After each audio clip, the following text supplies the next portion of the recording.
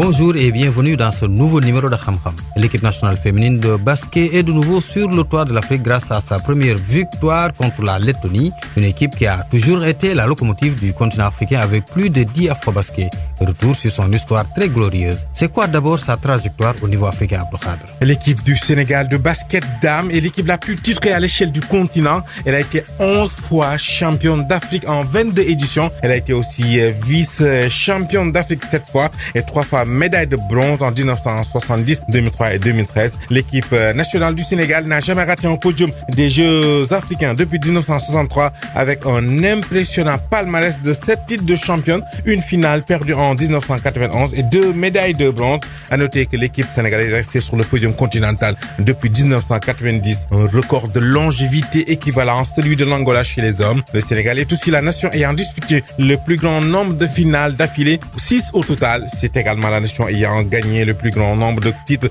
consécutifs, 4. Lors d'un championnat d'Afrique, le record de victoire la plus large en finale est détenu par les Lions. C'était en 1993 face au Kenya, 89, 46 points d'écart. Mam Matimeng est la joueuse la plus titrée avec 5 trophées.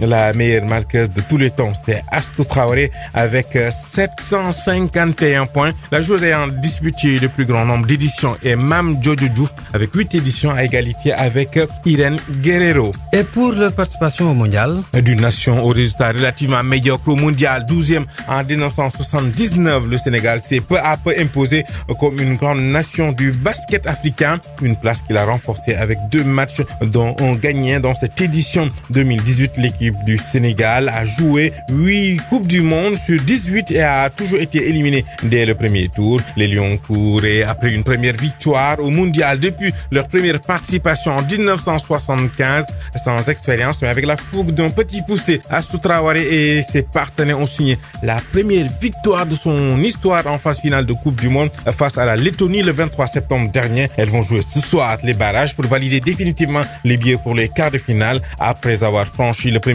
tour du mondial avec les Lions, le coach Cheikh Sarr va donc essayer de rééditer l'exploit avec les Lions. C'était tout pour ce nouveau numéro de Kham Kham. On dit bonne chance à nos Lions pour ce soir.